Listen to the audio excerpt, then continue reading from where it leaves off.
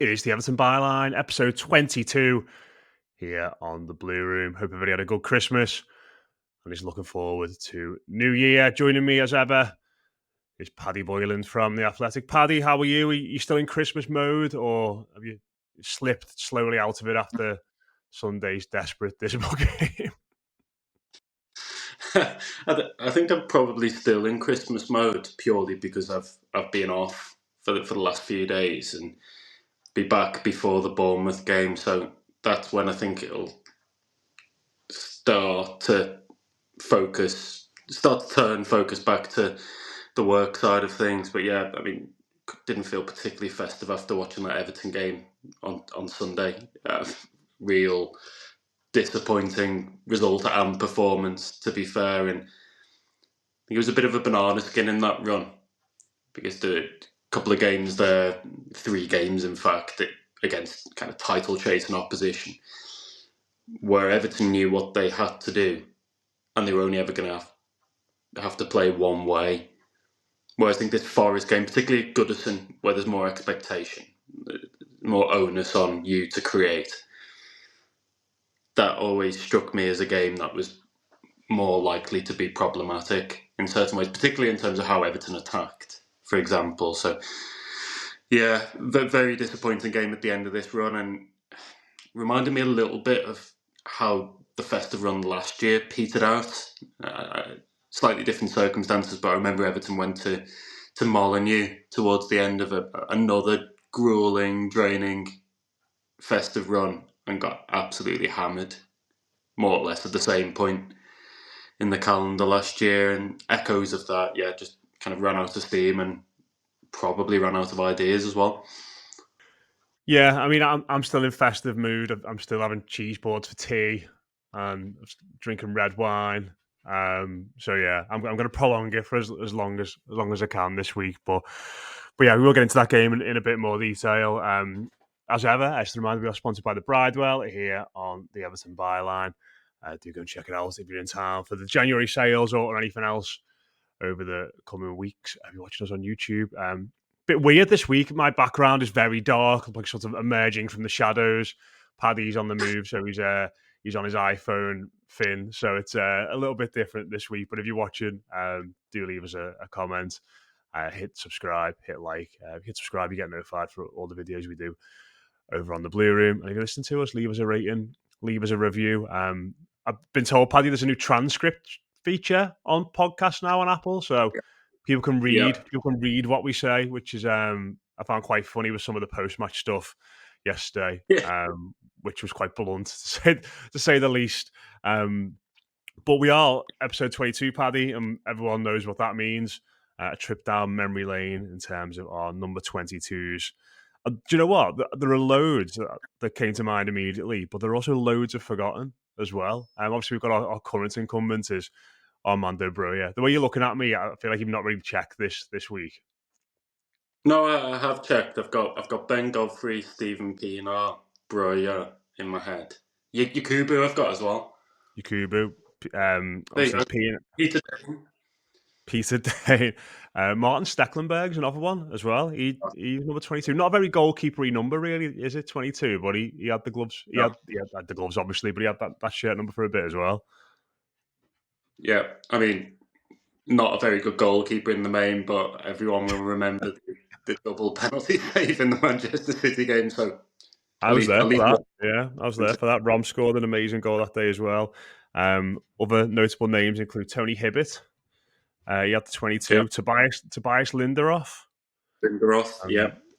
Dave Watson, Peter Dana, you've mentioned, Gavin McCann, Peter Holcroft, and Brett everyone's Angel. dad. Yeah, everyone's dad's least favourite player, Brett Angel. Everyone's least favourite player from Everyone's that dad. era. Yeah, absolutely. Absolutely. So yeah, there are your 22s. I totally forgot about Ben Godfrey, to be honest. He's didn't really, I don't think there are many people rushing out to get his name and 22 on the back of the shirt. But yeah, with Yakubu and P&R, some good names in there. So yeah, there's your 22. 23 next week is very interesting. Just a little teaser there. I'm looking Right. forward to talking a bit more about that. But yeah, let's move on, Paddy. We're going to go through a few topics today. We're going to talk about the game. We're going to talk about Neil Mopey, and we're going to just sort of do our review of the year, which I asked people to send their thoughts over as well from a quick fire basis. But yeah, yesterday, like I was just so I don't know, just downtrodden and fed up watching that yesterday. Like I just thought it was just so depressing that after after three good draws and a win over Wolves, I kind of kidded myself into thinking that maybe things were changing and the players would bounce into this game and the momentum would be on our side, the atmosphere would be up. And very, very quickly, it just all became very apparent that this was going to be like Newcastle and Brentford and any number of home games we've had this season where when there is an onus on Everton to do something proactive, something purposeful, something creative, away from the norm, that they just haven't got a clue. And I just found it so depressing, and it just got to a point for me in the second half when we were making the changes, when which obviously changed the shape a little bit. It just felt like we got almost worse and more out of shape and more desperate as the changes were made. And I know the manager said that he felt the second half was better than the first, but it just like of all the games this season where I've been sat there watching it thinking we're never going to score here, like I've never been as certain of it at any point this season that we weren't going to score as I was watching that yesterday. Yeah, and it just felt as though Everton completely played into Nottingham Forest hands as well. I mean, in essence, these are two sides that don't really want the ball. They both want to sit deep, be the ones to frustrate, and then hit either through counters or set pieces. I think Forest are obviously a bit more adept at that. There's just more pace in the side when you look at the wingers they had on Sunday. Alanga and Souza making his first Premier League start. A lot more pace in that side, and I mean they did play very direct as well. I mean look at the first goal that they scored straight into a good long ball from Morgan Gibbs White into Chris Wood, and then an amazing finish. But I think what basically happened was that because it was at Goodison, there was a bit more onus on Everton to take the ball and create, and then Wood's goal fully entrenched that. I mean, if Everton had scored first, it might have brought Forest out a little bit and created a bit more space. But we all know how bad Everton are against that low block, low line defence. Just the absence of creativity in the ranks and the absence of any kind of clinical finishing. And a little bit like you, as soon as the first goal goes in, particularly with this Everton side and this manager, you kind of think, right, well, that's probably game over. You don't even really expect a draw at that point, never mind 3 points. And what it reminded me of a little bit was remember that Luton game? So September of last season, where things weren't going Everton's way around half time. And then the manager just basically went completely gung ho, loads of strikers on the pitch without any kind of functioning midfield. And it was just A to B, even more direct, with no kind of subtlety whatsoever. And you just felt the longer the game went on, the more likely it was that the opposition, not Everton, were going to score in a game that Everton were chasing. I just think that Everton played into the hands, and the other thing that I found really disappointing in this, after a really solid run of games defensively, I thought they were way off it defensively as well. I mean, like the first goal, like quite wide, James Tarkowski's 10 yards off Chris Wood for that long ball, and then just isn't in a position to recover after that when the ball comes back to him from Alanga. I don't know. Um, I think you could probably implicate three or four of them in the second goal, from Decore with an underhit pass to Mikolenko, who seemingly is trying to do a playing kind of gesture with his arms. Like I don't know what that's about. You've got Tarkovsky, who's not far from the ball either.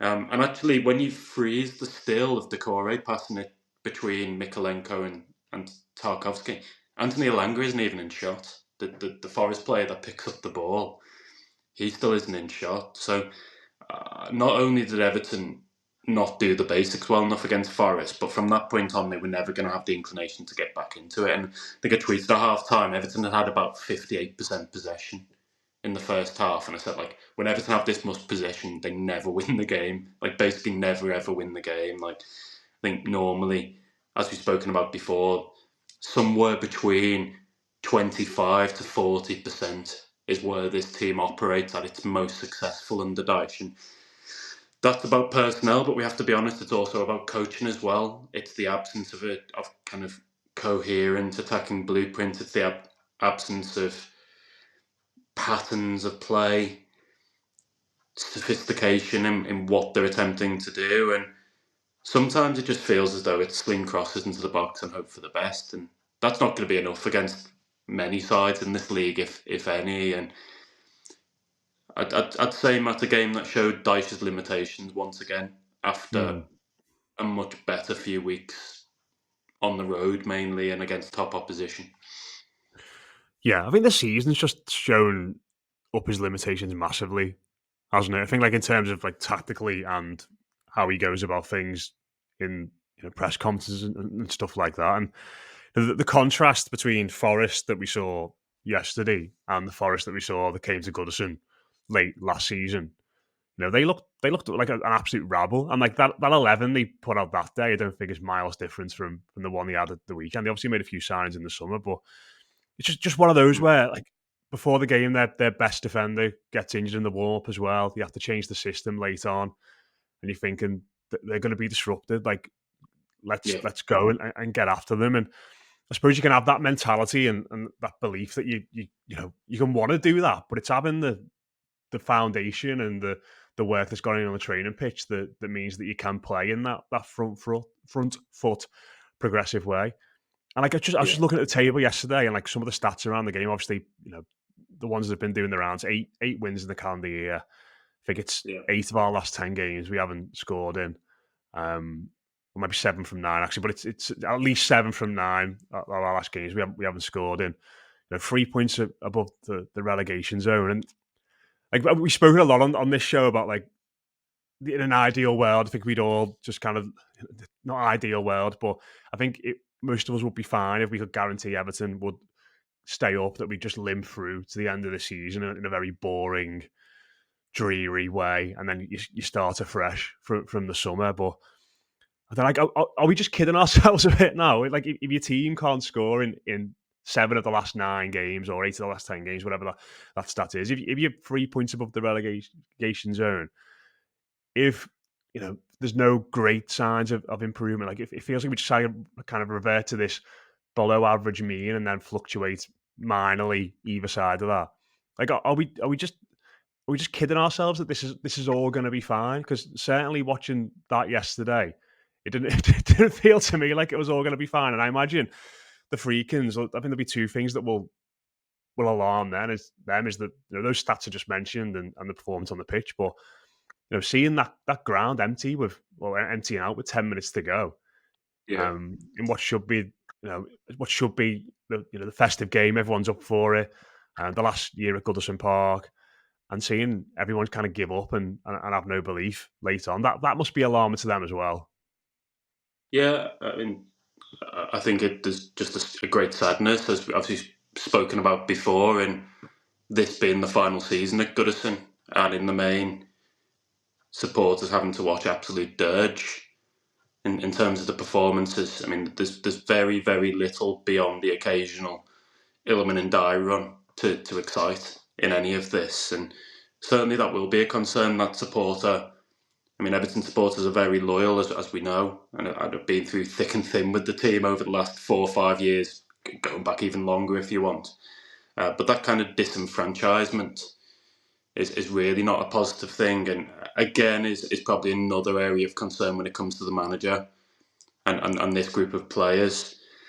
The thing that I think the last few weeks in particular, and probably the last few months, have really rammed home to me is just that whatever happens with Dyche, like, to me, there has to be some form of investment in January. There has to be, certainly in the attacking areas, and I'd look there, as we spoke about last week, at the wings. where there's just there's nothing from right wing. Left back is another worry given how poor Mikolenko has been, and it just feels like this side needs an injection of something in January to kick it on and to give it a fighting chance. I don't think we're kidding ourselves thinking that Everton are going to be okay. There's no guarantees. Of course, Everton will be okay. But I think if everything turns out as we kind of expect, then that'll only be because there's 3 or 4 worse teams as it stands than Everton in the division. You competing against Southampton, Ipswich, and Leicester, none of whom have looked at all good in recent weeks and months. So that gives them a fighting chance at least. But that's more about how bad the opposition are rather than anything Everton are doing particularly well right now. And certainly you look at what Everton turned up against Forest, and I think there are significant questions about this manager. I think those questions, if we're being honest, stuff about in possession, how Everton attack, how they look to break down low blocks, all that kind of stuff. Those questions have been there now for a good 2 years. Like we knew what Dyche was, and I think he's had opportunities during his time at Everton to maybe shift perceptions a little bit. But I don't think that's moved at all, really. I think if anything, it's just reaffirmed what we knew this season. And yes, there was a bit of an experiment with Dwight McNeil as a 10 earlier in the season, but in the main, because they've compromised some of that with Decore in that role, they look less potent than ever before. And there is a reliance on McNeil, we have to say.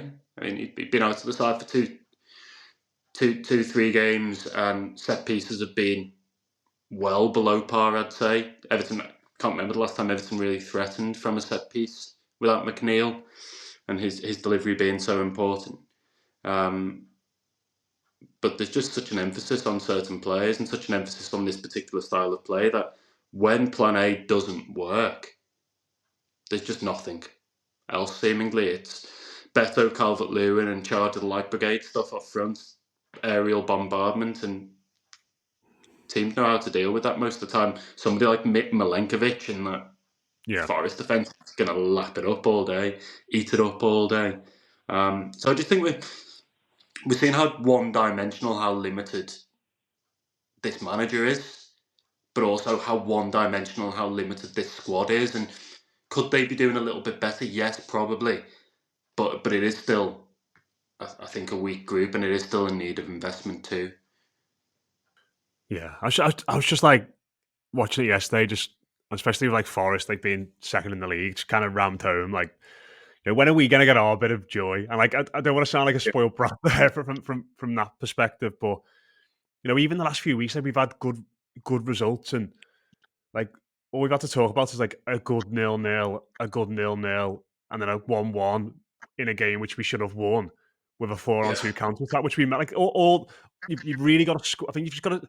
I think Rob says this quite a lot on Kickabout when he's on the podcast. Like he's sick of squinting to try and see the positives from things, and like it feels like that's what we're constantly doing. Like we're really trying at times to see the idea in this and the good factors. And we talk about Jordan Pickford, and we talk about goalless draws, we talk about draws away from home, and we've missed chances late on. Like we've not had that. Like we'll talk about later, like the moments of the year, but like the derby's like the only one this year which has been like pure, like a really great moment. Like other than that, in recent years, it's just been a slog where you've had to really squint to see the positive aspects behind Everton. And just watching it yesterday, just feeling like like you said, this squad is not good. But like I remember when we used to play against Leeds, and I used to be like worried about Jack Harrison, thinking like he's a good player, he can hurt you. He was cutting aside on his left foot, his set pieces, and you look at him now, and he's just an absolute shell of Yeah. the all right player that was under Bielsa at Leeds, and was probably chipping in with between 5 and 10 goals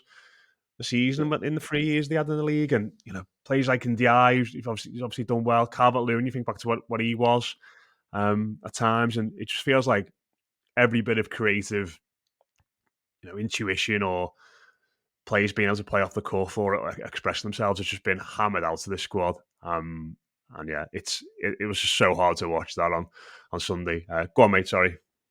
Yeah, just think it was quite instructive to see Breuer playing up front, and like I thought his cameo so far have been really quite promising. Like particularly when the opposition's a bit tired and a bit stretched, and the space in behind for Everton to play the long ball over the top to him and kind of utilise his pace. But I think it did hammer home. He did fine. He did okay. Some nice moments.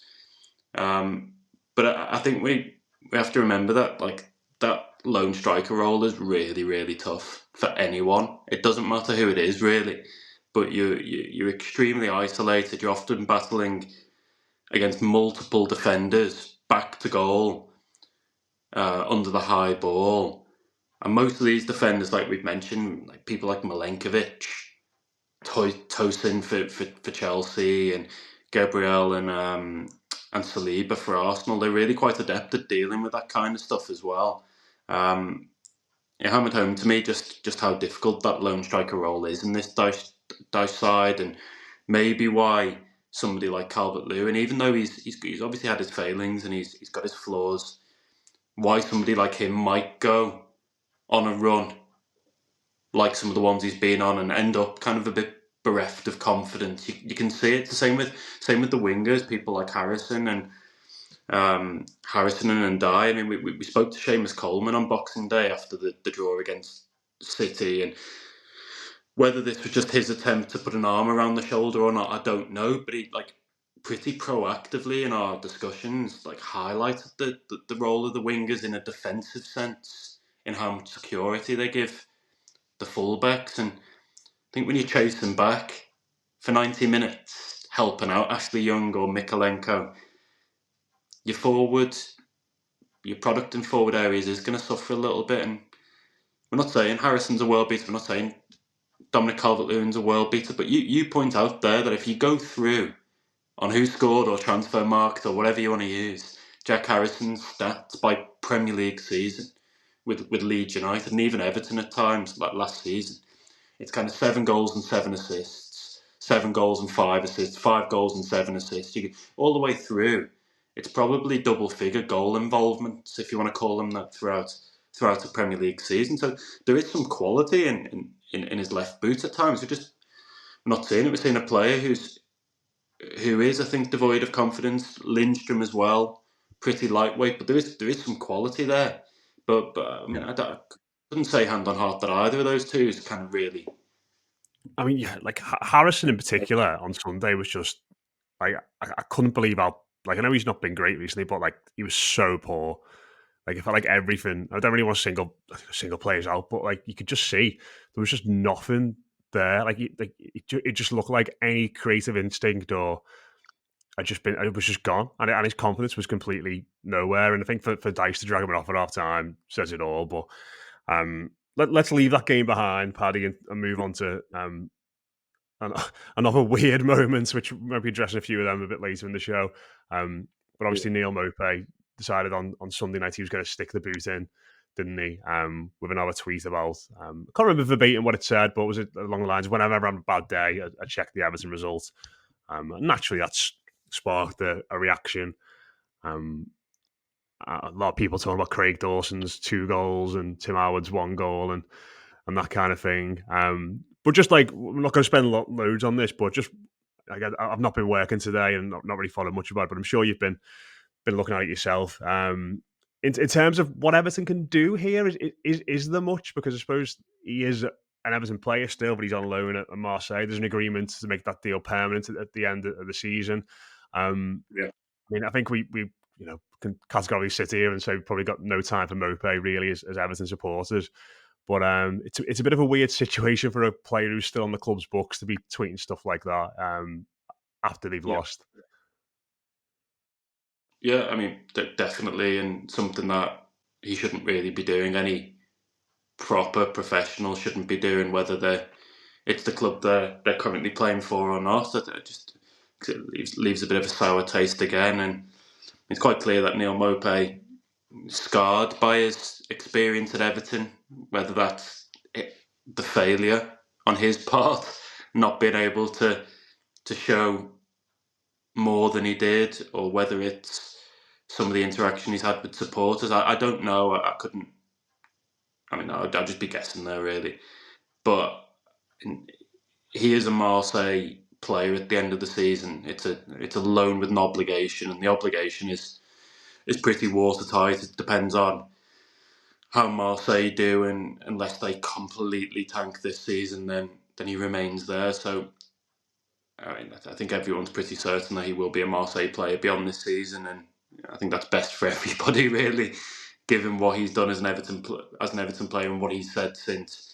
I mean, in terms of recourse, I think it's quite an interesting one because Marseille are paying his wages. He is still technically an Everton player, but I mean, you can't fine him wages if Marseille are paying them. I don't think, can you? Somebody might be able to prove me wrong there, but I don't think the message from the club seems to be that they were aware of it and are going to take in-house action, whatever that means. And that action might be that they speak to him and say, "Look, we don't like this. It's frowned upon, and can you not until you've left the club." It might be something more extreme than that. I don't know. I think we'd only be predicting at this stage. But the only other thing I'd want to point out really is just that this is counterintuitive because we're discussing it and every media outlet has discussed it. But I actually think the worst thing you can do in this case is kind of fan the flames and give him more airtime, like particularly like sharing the post or quote tweeting the post or kind of having a bit of a bite back at him on social media, because as we all know by now, I think he employs people to work on his social media presence. People are posting on his behalf, and that doesn't absolve him. But basically what it means is that you've got people trying to put out stuff to get a reaction. I mean, I think the company that works for him said to tap into his unique personality or something, which I guess means just being a dick in this case. But those organisations they thrive off the engagement there. I mean that'll be a case study on a website somewhere which says Neil Maupay's social media channels. I mean, off the top of my head, 1 million views in the month of December, X amount of engagement or whatever else. So it kind of, those incendiary posts kind of help with that engagement, and yeah, it Well, makes it's them had look. 131,000 likes and 16,000 retweets. So Yeah, yeah. I mean, it's not viral actually by any stretch, is it? When you think about what things can do on those social media platforms, but it certainly made a bit of a bang. I mean, my temptation. I mean, anybody that follows me on any social media platform, I've not engaged with it in the slightest. And if I did, I certainly wouldn't engage directly with the tweet. And yeah, like I say, maybe a bit counterintuitive then mention it on this podcast, but I think it's quite. It is bad. It is bad, and I think it just shows a lack of professionalism for me. It shows that yeah, like he's not enjoyed his time and just not very professional. I think good riddance when he does officially leave the club and is no longer an Everton player. yeah. I think to use one of the phrases that we use a lot on this podcast, it's time to grow up, Neil, isn't it? In that sense, he's a 28-year-old man, so yeah, and like Yeah. Joe, obviously my colleague at the Echo wrote a piece about this today, saying like Everton stuck by him. The people at the club really stuck by him at times. Not me, Mike, there, sorry, but when things got tough for him and he got stick, fans got on his back, but there were people who were working at Everton who really rallied behind him. And I imagine they probably feel very silly when you see stuff like that. So Yeah. yeah, we'll leave that there anyway. We're just going to quickly finish up, Paddy, in the last 10 minutes by looking back at 2024. I sort of put on Twitter before, like I said, and Blue Sky, people sending over the best moments of the year, the worst moments of the year, the weirdest moments of the year, and the one Everton wish for 2025. So we'll go through ours first. So I'll ask you for your best moment of 2024. We'll rattle through these quickly. All right, so I'm going to cheat here a little bit and have one best moment on the pitch, which is quite clearly the 2-0 against Liverpool in the derby in April. Comfortably the best and most complete performance, I think, of the Dyche era. And obviously there haven't been too many other contenders this season for that particularly dubious honour. Just I think the intensity, tapping into the crowd very early on. I think they did the game plan, the idea how to hurt Liverpool, the physical domination, all that kind of stuff. So, I mean, that was an amazing night at Goodison under the lights. But the kind that you wish would have been the final. Merseyside derby at Goodison. So that's the moments on the pitch. But I mean, the biggest moments and most important of all potentially came earlier this month with news of the Free King Group's takeover and that being completed. I mean, obviously that has the potential to help Everton dig themselves out of the hole they've been in, the trench they've been in now for the last 3, 4, 5 years under Farhad Moshiri. Promise of fresh investment, as we've spoken about, the difference in the debt levels and how manageable that is, the difference in interest payments, just the promise of fresh funds in the transfer market. Probably not so much this season or in January because of the PSR constraints, but moving forward. So, I mean, there's two there, Matt, but I think the Free King Group coming in far and away the most important thing that's happened at the club this season, and potentially transformative. If we're looking for positives in an otherwise tough podcast talking about the Everton performance on Sunday. Yeah, can't argue with that really. The obviously the takeover was huge, but I vividly remember walking out of Goodison when we beat Liverpool, and I'm like double fist pump in the air, and I've not done that after a game, just on my own, just out of pure joy, for a long time. So that whole week was mad, like so good, wasn't it? Like obviously we beat Forest, and I think winning that game was just kind of relaxed everybody for the derby, and no one was really expecting it, but. Yeah, incredible night. I'll forever remember the seeing Dom leap right in front of me in the Lower Gladys and powering that header in, and just knowing it was going to be our night. So yeah, absolutely amazing. Worst moment, Paddy. I'm going to go first on this one, if you don't mind. I've got two, but I mean, there's a lot more to pick from. Let's be honest. In this category than the first one.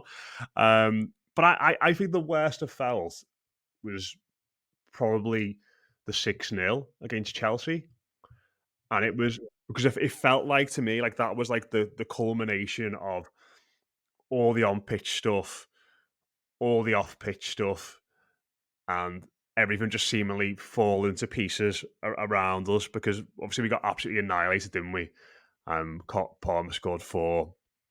But then you had this weird situation, didn't you, where Mashiri was at the game. I think yeah, they had the MSP loan as well, didn't they? That was going to potentially be called in at midnight, and they managed to get an extension for it late on.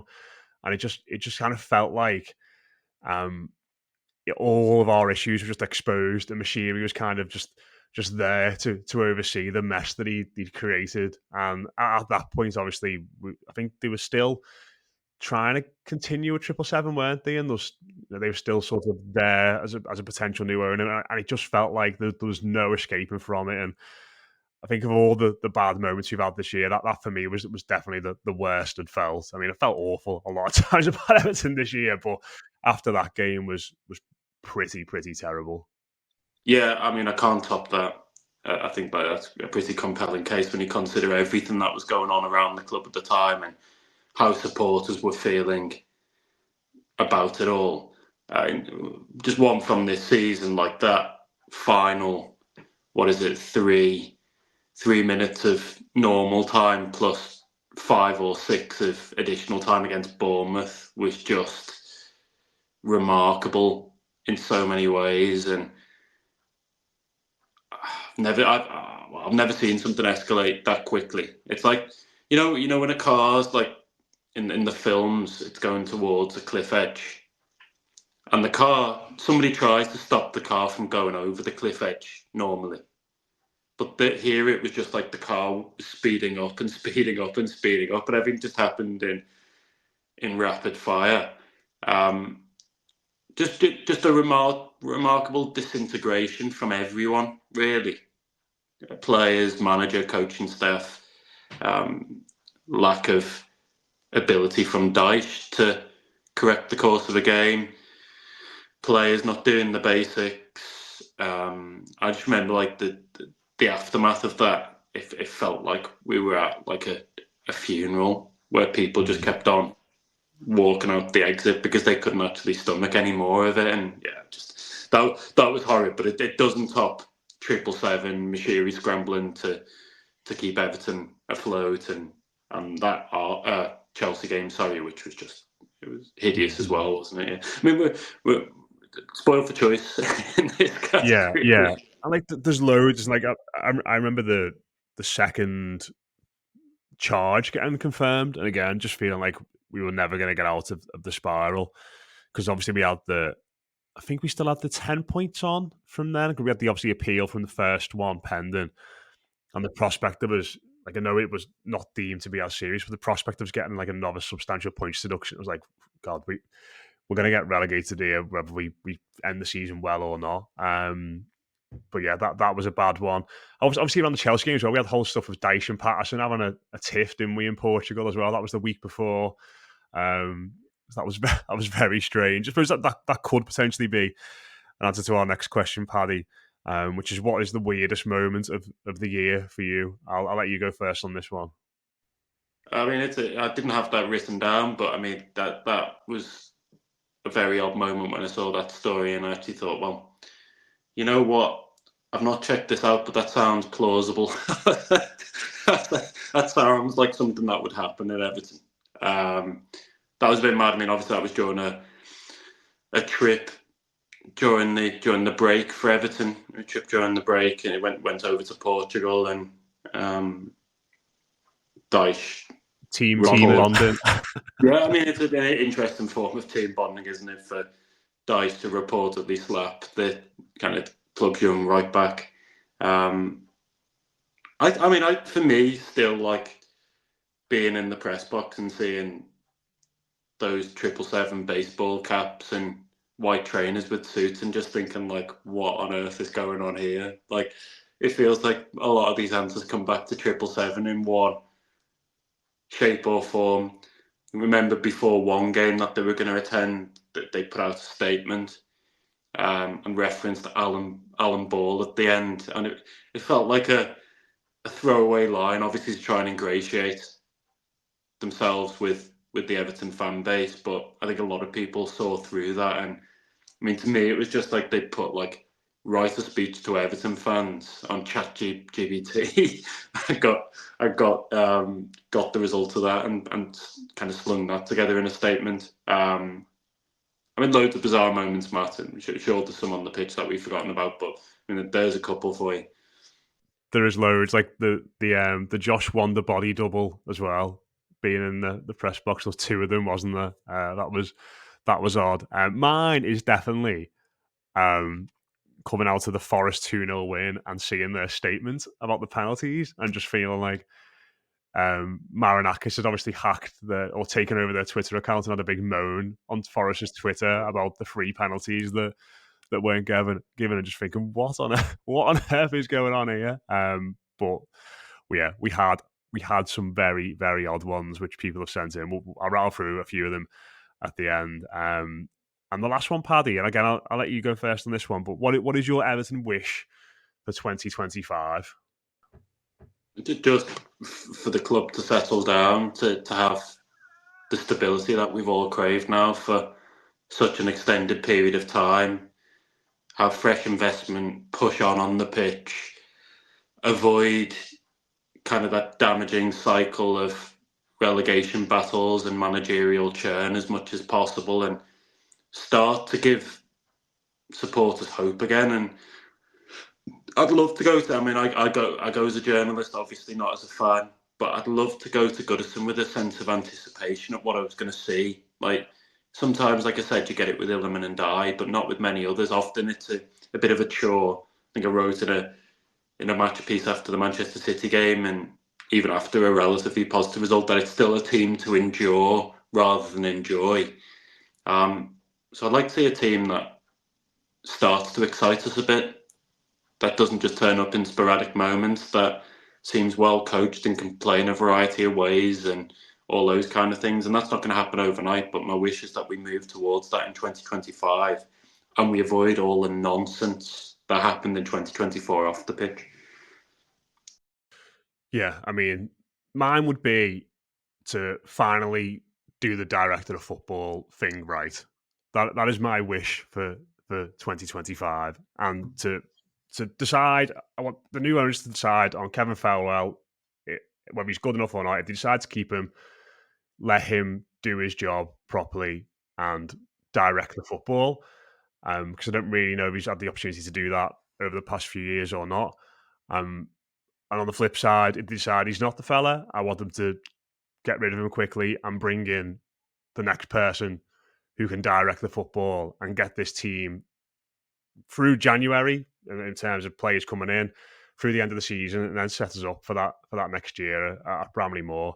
And I almost think that's more important than the manager in a lot of respects. 'Cause you said there about Everton needing to spend and improve the squad in January, and my immediate reaction to that is like, well, who's decided on what players we're going to sign?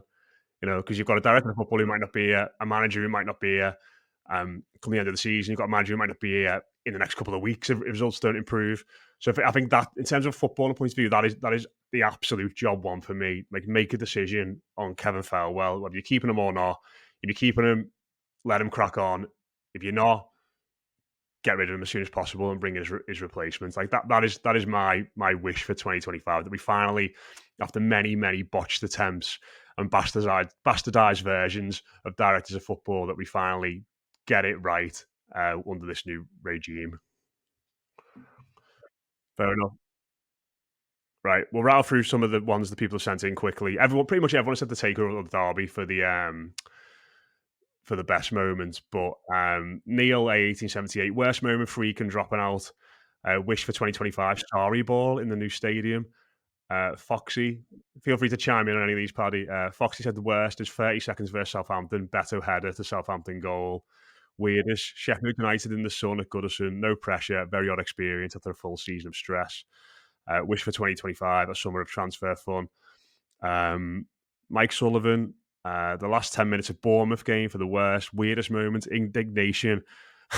Indignation at the club after they played a buzzer sound over footage of a missed penalty. um, that was mad. Wish for 2025 to kick off the new season in the Premier League.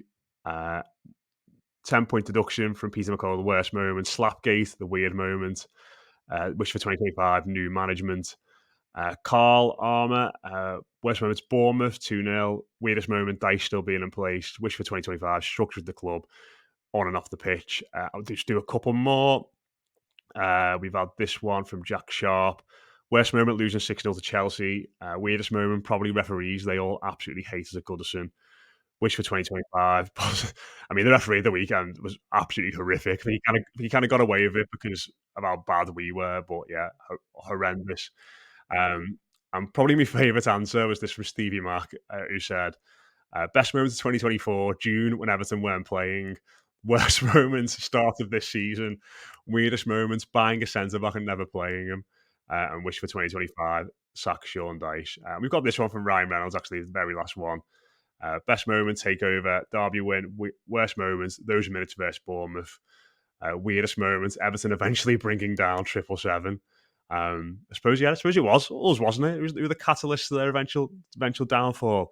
And hope for 2025, Dice free in 2025. So yeah, we've had loads there. Cheers to everyone for sending them in. I suppose the freaking group pulling out was a low moment as well. Actually, that's one I sort of forgotten about. But I mean, there's just so many low points that. But yeah, we will wrap it up there anyway. Cheers to Paddy as ever. That has been Byline 22. We are sponsored by the Bridewell. Trip next weekend to the House of Horrors that is the Vitality Stadium / Dean Court, whatever you want to call it. I mean, we've had some horrific days down there the last few years. I hate that place so much, and it's nothing against Bournemouth, the town, but it is a house of horrors. You're right. Oh, the worst after Anfield, the worst place I think, or the place I dread us playing at the most, because you just know we're going to lose or throw away a win in position in the most dramatic late way possible. So yeah, look forward to that. Anyway, I'm sure we'll hear all about Paddy stripped down to the south coast on Tuesday next week. If you watch us on YouTube, just a reminder, do hit like, do hit subscribe. And do leave us a comment. All these things help. And the same goes if you're listening on iTunes, Spotify, whatever else. Leave us a rate and leave us a review. It would be much appreciated. Hope everybody has a good New Year celebration tonight, whatever you're up to. And yeah, all steel yourself for the trip itself on Saturday. Up the Toffees. We'll catch you again soon.